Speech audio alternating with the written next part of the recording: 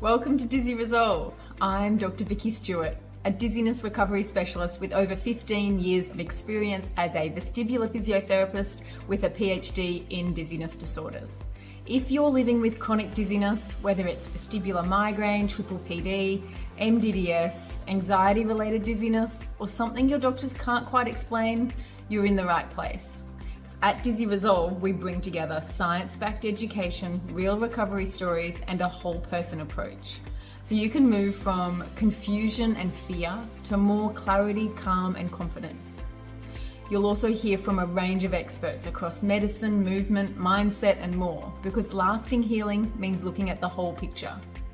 Please note, this content is for general education only and is not a substitute for medical advice. So always speak with your healthcare provider before making any changes. Subscribe now and let's change what's possible.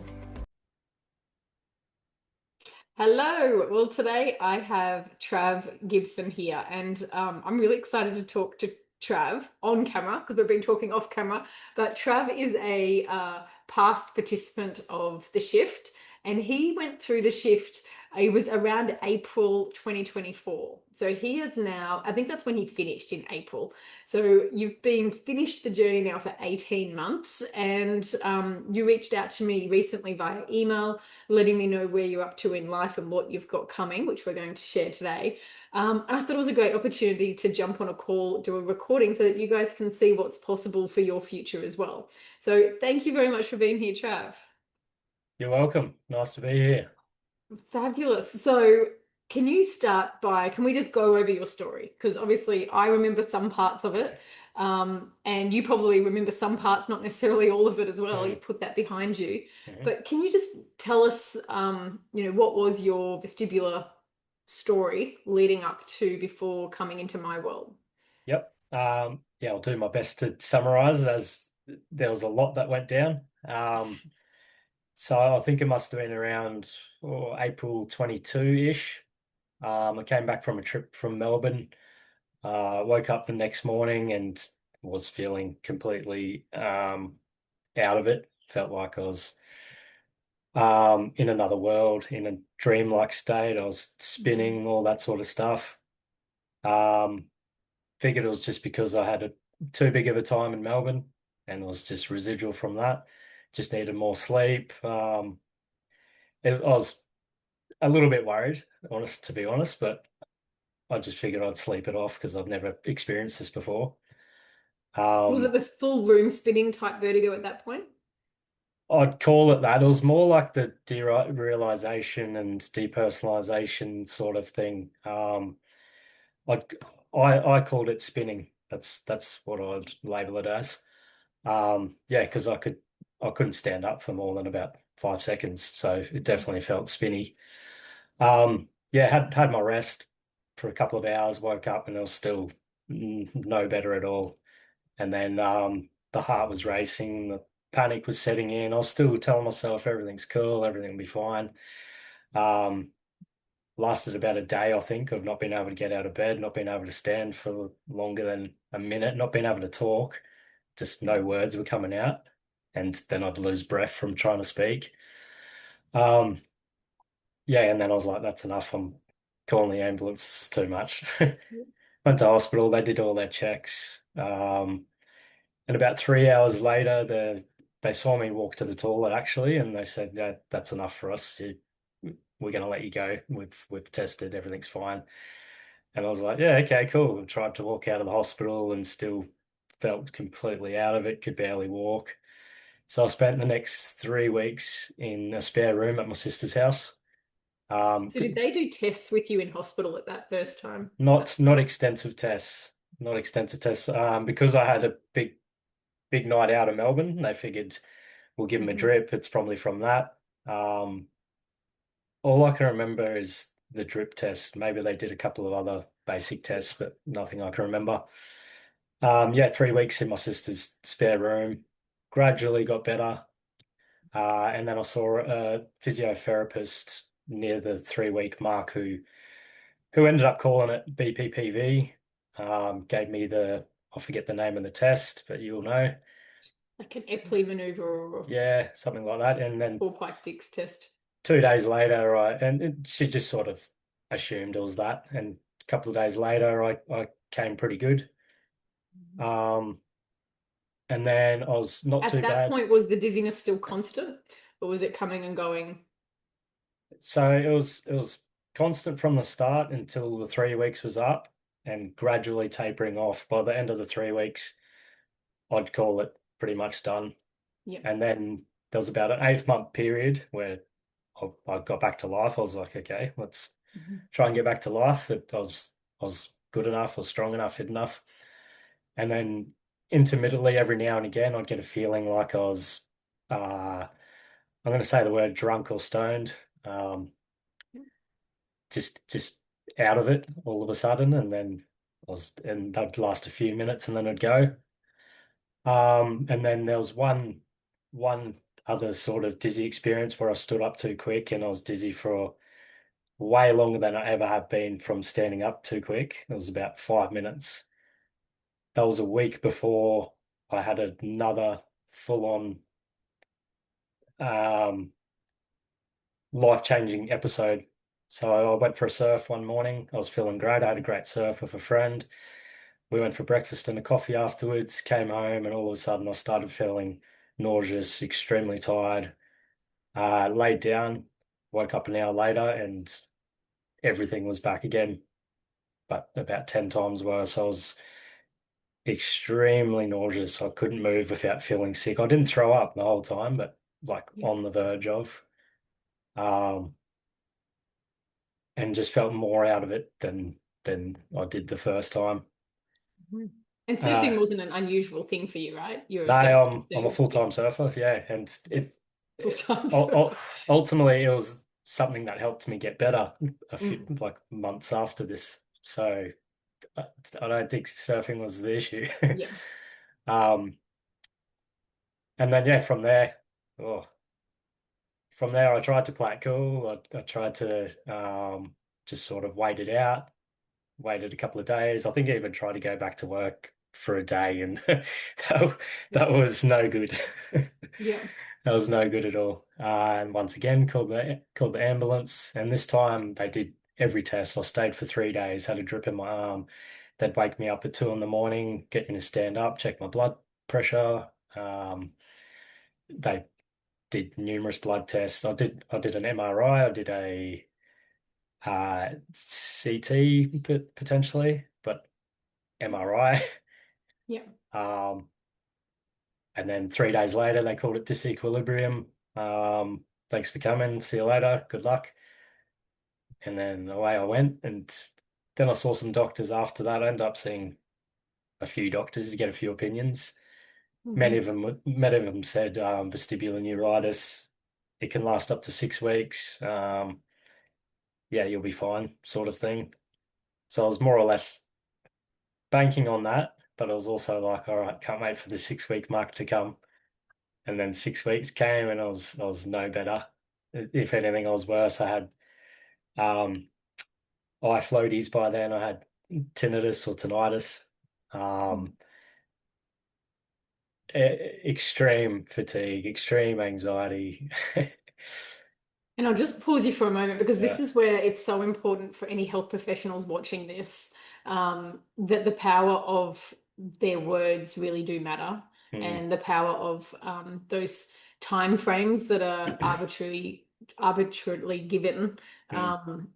People do take patients take those on, and yeah, it can affect people in a positive and in a negative way. So Yeah. yeah, sorry, keep going. So at this point, you are like in the midst of anxiety, fear, dizziness, symptoms. Yeah, and I could go on for a while with the list of stuff. I had muscle spasms. There was a couple of days I just started shaking. Mhm. Um, Out of nowhere, I just start shaking. Um, yeah. So let's just say it was an extensive list, and Yeah. then all right, let's who to go to next, and then I went to the ENT. I went to um acupuncturist. I went to physios. That didn't quite work. Uh, and then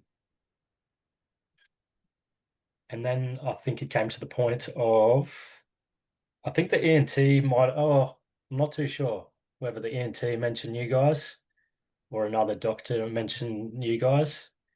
So vestibular therapy, which I hadn't even heard of by that stage. Yep. Um, I forget the other guy's name that was working there, but basically he sort of confirmed as vestibular neuritis. Um, Gave me some exercises. I had lots of the like the Hmm. I forget the names of the exercises, but the exercises. Yep. The And gaze stabilization, yeah, VOR yep, exercises, but yep. yeah. So yeah, no, nothing had really changed in the midst Hmm. going to see all these people. Like people sort of giving you hope and saying everything's going to be fine. That is nice, and it does. I do take that on board. I'm like, oh, okay, it's not good now, but sounds like it gets better. Yep. Um, but I was still definitely like grasping for help. I Yeah. was And very what did lost. people around you see you at that point? Like, were you, 'cause sometimes this is a really invisible condition. Like, were you back at work at that point and functioning and looking normal-ish? Not really. Well, it took a few months to start looking normal. My Yeah. girlfriend didn't tell me till a little bit later that I was very pale quite a lot of the time, and I was always checking my eyes because they were always bloodshot and half Hmm. closed, just Yeah. from no sleep, I'd say. Um, Yeah. and then I tried to go. I'm someone who pushes on. I Mhm. don't take no for an answer. I try and push through, and so I was trying to go back to work after about. I think I had to have about a month and a half off. Um, then I tried to go back to work, and there was a couple of moments where it was just too much, and then I think I told the person I was working next to, not the boss or anyone, I'm like, this is too much, I've got to go. Yeah. Um, uh, yeah, so it definitely wasn't for a few months that I think I started looking a bit human again. So then before you came into my world with joining the shift, Yep, what was what was things impacted from, like, with work, relationships, being a partner? everything. Yeah. Like I'm someone who loves life.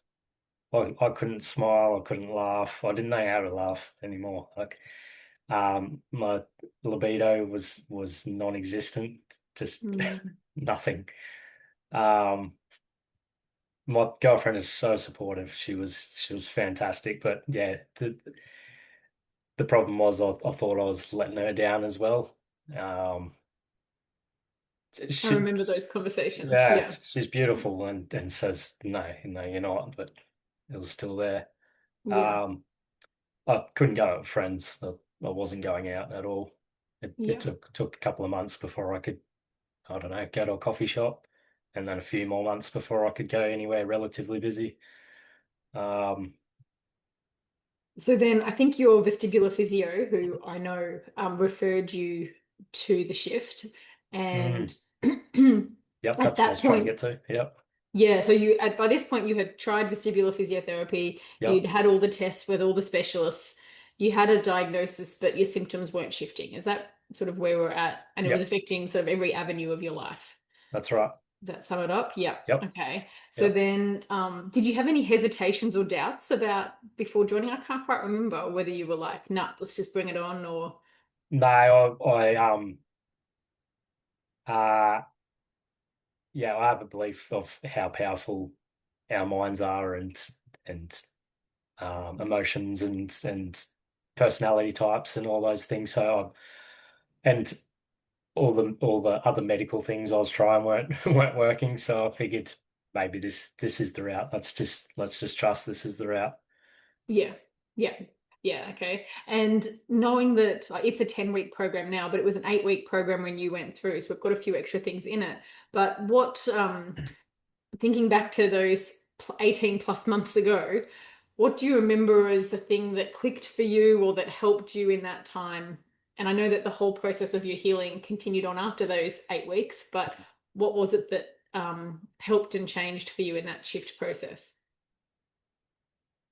Um, I think one of the big things is letting go of thinking there's something wrong with you. That's definitely a big start. Um, the fear is the thing that's perpetrating, and the fear that there's something wrong with you that a specialist or a doctor's not finding, and that you don't have the power yourself. That's um, It's huge. yeah, Yeah, yeah. Once you believe you do, and just the knowledge as well of what's happening, why it's happened, rather than yeah. thinking there's something unknown out there going on. That's right. Because It's there's a that big difference education. between having someone tell you to believe Mm, and then understanding why it's happened and what's got you here and what your body's doing, causing the process and the how fear's impacting it and what you can do about it. There's a big difference to have that education versus someone saying, believe that you're going to get better. yeah, Yeah. that's right. And then yeah, a few other little things. It was a long time ago we did the course, but Yeah. yeah, a couple of other things like just changing your focus. That's such a massive thing. If you just keep focusing on Yeah. what you don't want to happen in the negative, like your guided meditations were fantastic for that. Yeah. Yeah, that hypervigilance and yeah. the over analysis with the thoughts in a negative pattern. Mm, They've occurred for a reason in our subconscious, but mm. you have more power over them than you're led to believe once you know how to harness that. Yeah, That's right. Yep. And if you can envision a way out, I suppose, or believe it, then yeah, your mind will gravitate towards that. It's yeah, you may not have every answer just yet, but yeah, um, it will find a way. yeah. That's right. So Yeah, that's it's something definitely else I part of learned. the Yeah. part of the puzzle. Yeah. Um, Excellent. So then, by the end of the shift program, and that those months after, what was life looking like at that point? Uh, Definitely the ball started rolling a lot more. Um, uh, can't remember exactly, but I'd say I was about 80% of the way out then, and I was starting to trust that I can start doing more. I was trusting that I could push myself a little bit more, and the fear Yeah, and anxiety and the derealization wasn't going to harm me. It feels awful, but unless I did stuff, I was going to be stuck. So yeah. trust that if I trust the people who are smarter than me, like yourself, who are giving me the education and saying you'll be all right, um, then that allowed me to start pushing my comfort zone a little bit more and a little bit more and a little bit more, Yeah. and I not remember you taking sent, oh, sorry, you go. just sorry quickly, and not taking the symptoms and the thoughts so seriously. Yeah. So as your relationship with those symptoms changed, yeah. You sent me a Yeah. video not long after you finished the shift. I think I reached out to you and I said, how you going? And you sent back a video and you'd just come back from a surf and you said, I'm back to, I can't remember what percentage. I think it was around that 90%, but 80%, 90% Mm, um, better from that time. And since then, it sounds like you have just excelled and grown and expanded your life. Are you mm. now back to what you would say, your full normal self? Let's say 98% now, if we're using percents, but uh, there's very little I'm not doing, and there's very little worry of going out somewhere. It's Yeah. there might be a sensation that comes up if I go to a AFL game or a concert or something, Hmm. but I don't really drink too much anymore. And when I used to go to those things, I used to be drunk. So I think when if I had gone to those places sober, I would have felt a bit of anxiety or discomfort anyway. Like Yeah. It's just that I'm not drinking heaps when I go to those places now. And what are you, when you think back of the whole process, like what are you most proud of when you look at, say, Uh the past couple of years? just keeping that hope in the back of my mind and just trusting that if I Mm. just keep doing the things that the taking the sound advice and just keep going, then I'll be fine. And I did. Like I fell so many times, I crashed Yeah. and I was like, no, I'm just gonna keep getting up. Like I want to live. So This is my important because people determination. do go through those spirals of feeling like they've gone back to the beginning when they have a flare up. Um, yeah, do you have any advice for them? Because you've obviously had that lived experience of going through that. Just catch that voice quickly and just say, well, in whatever words you choose, but this is just a one-off. This hasn't changed everything surrounding this one-off moment. Like Yeah.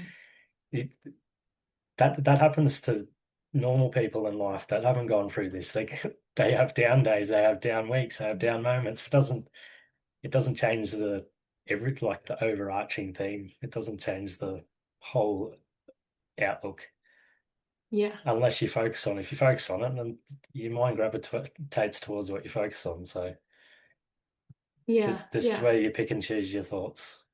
Absolutely.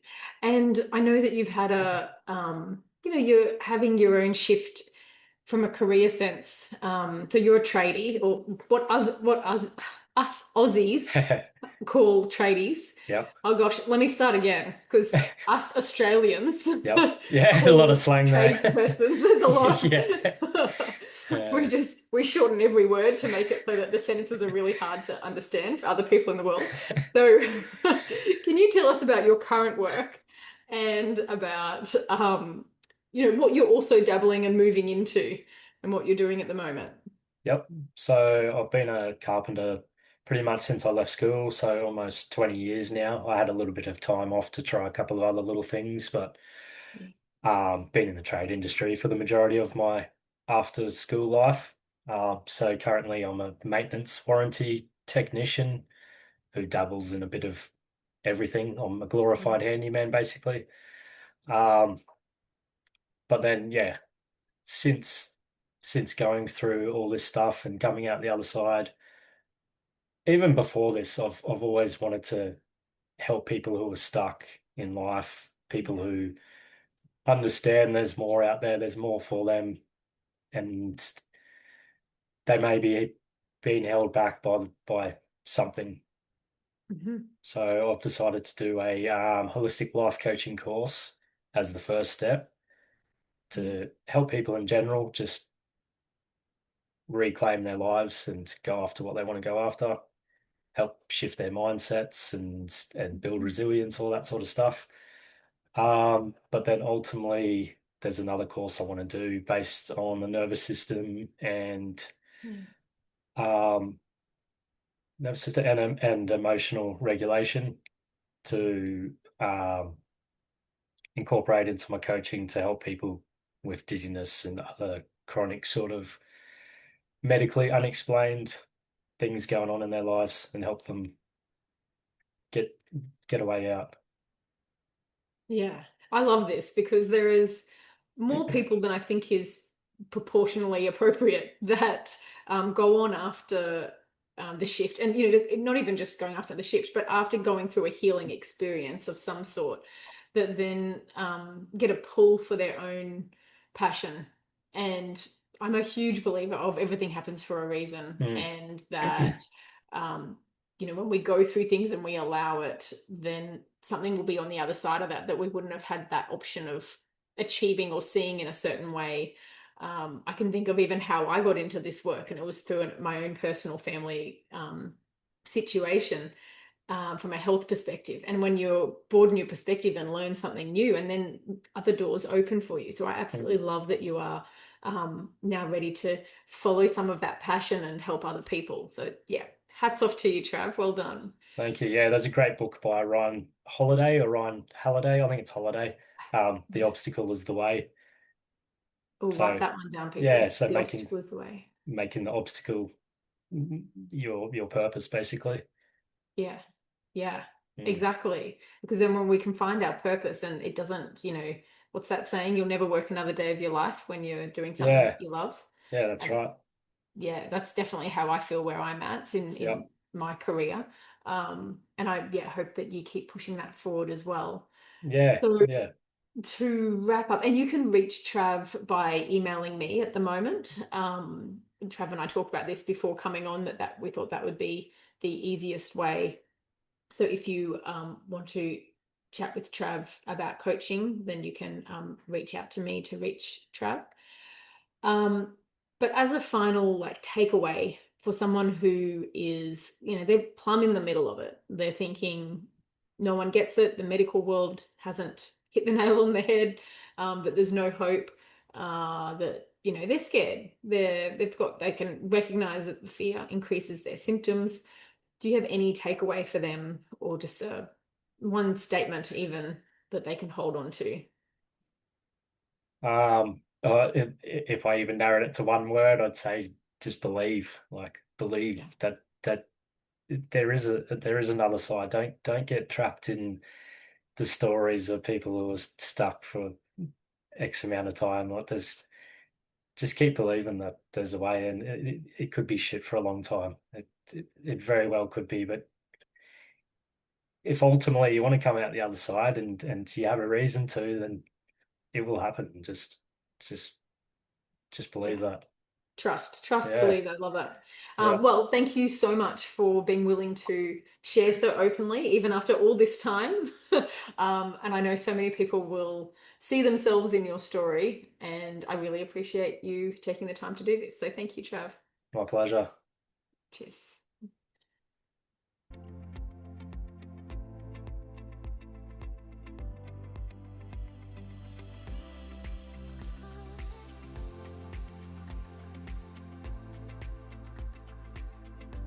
The information provided in this video is for general educational purposes only and is not intended as a substitute for professional medical advice, diagnosis, or treatment.